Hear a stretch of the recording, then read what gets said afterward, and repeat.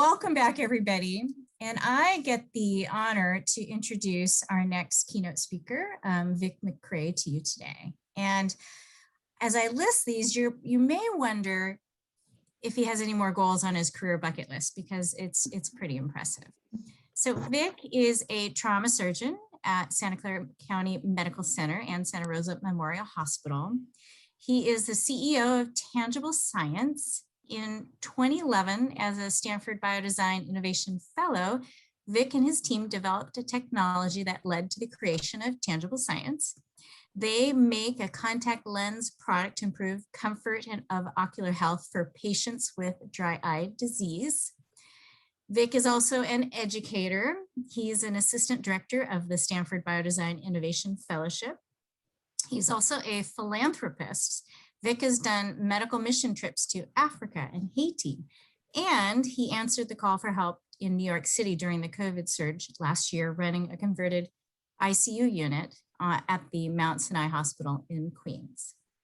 And if that's not enough, Vic is a reserve sheriff deputy with the Santa Clara County SWAT team known as CERT, which stands for Sheriff's Emergency Response Team.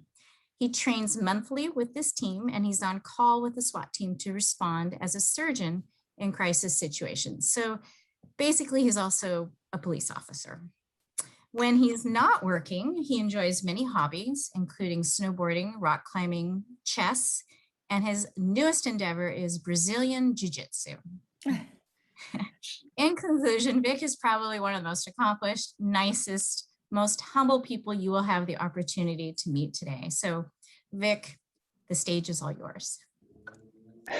Annette, if Google's listening, I'll get all kind of ads for ADHD medication now. But thank you so much for that kind introduction, and thank you for the invitation to speak today. I will share my slides here. I must say that this is the shortest slide deck I've ever presented.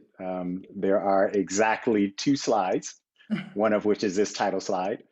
But what I want to share today in the short period of time that I have you for is a little bit about mentorship as a company culture. It dawned on me when thinking about the topic for this talk that I've experienced mentorship along different dimensions because of different experiences that I've had. One is an experience as a surgeon, and the medical field really is an apprenticeship mentorship model. Not that we always do things well, and in many cases we do things unproductively, but that gave me a certain amount of experience with mentorship, both receiving and giving. And also as a startup entrepreneur who works with a company that really has established a mentorship program for the people within the company, it's allowed me to see mentorship executed in different ways, some of which are good or bad. But what I wanted to share today for the audience and for the mentees who are at a stage in their career where they're actively looking for a company or an organization who has a really strong culture of mentorship, and even for those of us who may be leading organizations who are influential in the culture of our companies, I kind of developed a top 5 list of criteria that a potential mentee might look for in an organization or a company if they're at that stage in their career. And I'll use my experiences in both medicine and in medtech to kind of talk about some of the ways that these 5 characteristics might look within an organization. So first of all, the first thing that may be very obvious to look for is whether or not the organization has an established mentorship program. I think many large organizations have recognized the value of mentoring their employees and the value that that brings to not only the employees, but the companies themselves.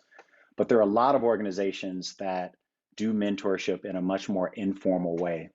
And while this can be done successfully, I think there's some challenges with an informal mentorship program that are alleviated by companies that have very established programs. So for example, when I was a resident, there was no formal mentorship program, although we were learning surgery through an apprenticeship method. So we always had supervisors who were teaching us surgery and making sure that we progressed through the program. However, there were many aspects of that organization that are usually filled in when there's a formal mentorship program, and that is the support that's typically given, and both emotional, educational, et cetera, that is an important aspect that many organizations who do this really well tend to focus on.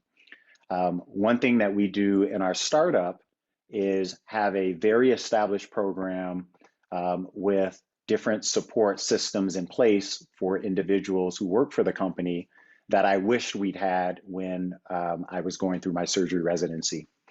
So if you're at this stage in your career where you're really looking for mentorship, and you happen to be interviewing at an organization or even already working for an organization, look for those opportunities to join their formal mentorship program. And if they don't have a formal internship program or mentorship program, then you may want to consider working with someone in the HR department to see if that's something that could be established. A second that also seems fairly obvious is finding someone within the organization who is very invested in your career.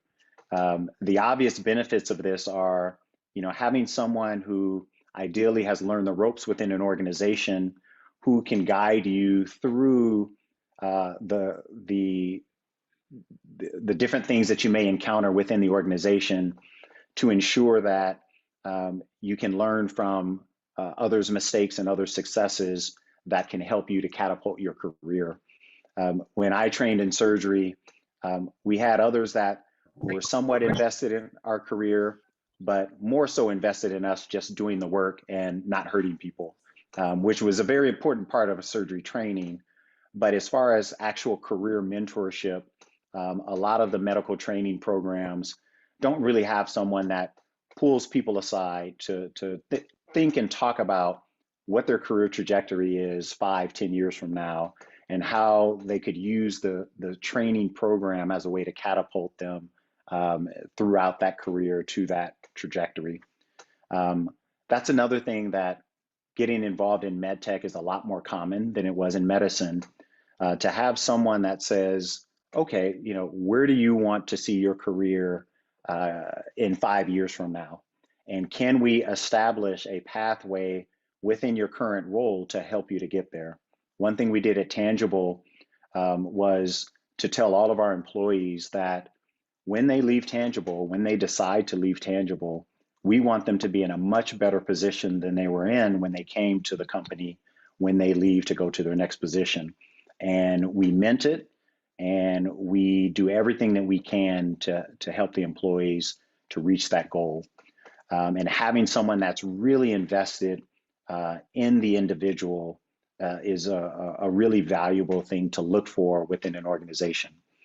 This may not be a formal program. You can, if you're in an organization that doesn't formally assign you someone, this is someone that you can look for, that you connect with, that takes a vested interest in your success. And this may not be in the C-suite, it may not be the CEO, but it should be someone who is available to you and takes that personal interest in you.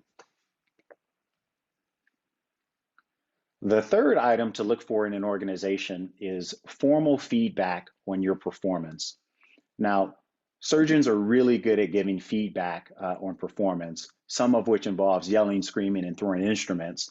And I'm not suggesting that all feedback is constructive criticism, but an organization that really takes the opportunity to give their employees formal feedback on their performance on a regular basis can be a fantastic sign that the organization is interested in the progression and the growth of everyone within the organization. This can take the form of regular feedback sessions. It's typically performed by the supervisor of the individual. And one of the great mechanisms of accomplishing this are reviewing the strengths and weaknesses and areas of improvement. I strongly recommend, if your organization does this, that you really embrace this. We all have a tendency to want to ignore our weaknesses or areas that we'd like to improve upon. And I think Angela did a fantastic job of expressing the importance of recognizing all of your characteristics, the things that you may consider strengths and the things that you may consider weaknesses, and embracing them all and learning how they might help you to become, the whole person that you are within an organization, and being able to tap in those areas that you'd like to strengthen in order to be more of a value to your own career and the organization as a whole. So an organization that has a formal feedback process is one that can be extremely valuable to employees. The fourth item to look for in an organization are early discussions of the path to promotion within a company. This can happen as early as the job interview, and it sometimes takes a lot of proactivity on the part of the individual to begin to have these discussions. It's really important to know whether or not there is a path to promotion that coincides with your career goals within a certain organization. And if there is, to identify what those steps are to obtain those promotions or those roles within the company that are in line with your career goals. You might also find that because of the nature of the company and the nature of your career goals, there might not be a path to a promotion that's in line with your goals, and that's okay too. It is important to recognize that and take that into account as you're planning your future career progress, and to make sure that you can take advantage of all of the opportunities that you have within the current organization in order to prepare yourself for the next step. Lastly, the final item that I recommend looking for in an organization is whether or not that organization has resources that are dedicated to employee development and training. This may take the form of training courses and certifications. Some offer MBA degree programs, but when an organization actually, puts their money where their mouth is and they set aside resources for you to develop yourself and your skills, it not only benefits the company, but can greatly benefit the individual and progressing along the trajectory that you set for your career path. So having an organization that has this set of resources that's established that you can tap into is a really important sign that the organization takes mentorship of the members of the organization really seriously. And in an ideal scenario, you would take advantage of those resources to strengthen areas of weakness that might have come up in your formal feedback session, or also to strengthen your skill set along that path to promotion to help to further that career.